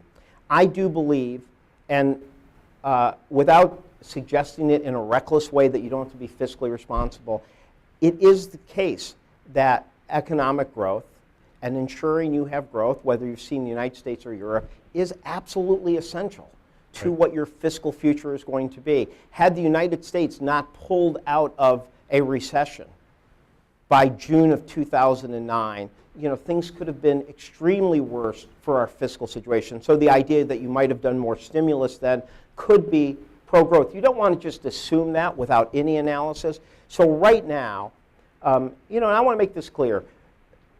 I've worked for both Barack Obama and Hillary Clinton. They will both tell you with pride how much this economy has improved since Barack Obama took it on the brink of depression. But neither of them suggest we're everywhere we want to be. And the improvement in the labor market, the historic amount of job creation, the fact that we have seen some income and wage gain is all to be appreciated as dramatic improvement. But it is our view that labor markets could still be tighter, that there are people who are long-term unemployed, who are coming out of prison, or even younger people who have gotten a slow start, who would benefit from an either tighter labor market that would have a positive impact on wages and give employers more incentive to give some people a first chance or second chance who they're not getting now. So to us, a focus on strengthening job creation and being able to do it in a way that is also about long-term productivity. So now you have the opportunity to have that job creation through strengthening housing and infrastructure and manufacturing and small business, things that both tighten the labor market now but are pro-productivity in the future. So that's one, and I do think that is the top priority now, dealing with middle-income wages, reducing income inequality, giving more people who have been on the fringes of the labor market or low income, coming from prison,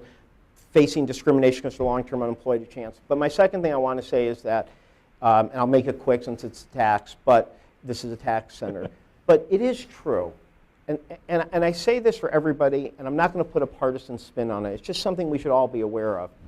All of the policies that we were thinking and fighting about on Medicare or Medicaid have been dwarfed by the reduction in Medicare and Medicaid spending in the economy. The notion that we are maybe $1 trillion less, or the notion that we added the Affordable Care Act and we're actually spending less money than we projected with the Affordable Care Act and 20 million people covered.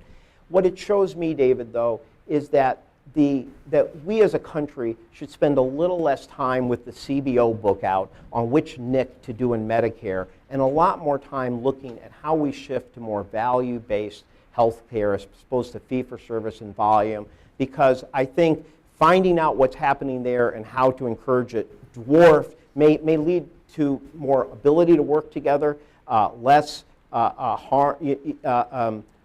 bipartisan bitterness, but it seems to be the most important thing we could do for dealing with long-term entitlements in a way that I think could strengthen as opposed to hurt Medicare beneficiaries. With that, please join me in thanking Gene for his good spirits and for a high percentage of time spent on issues about tax.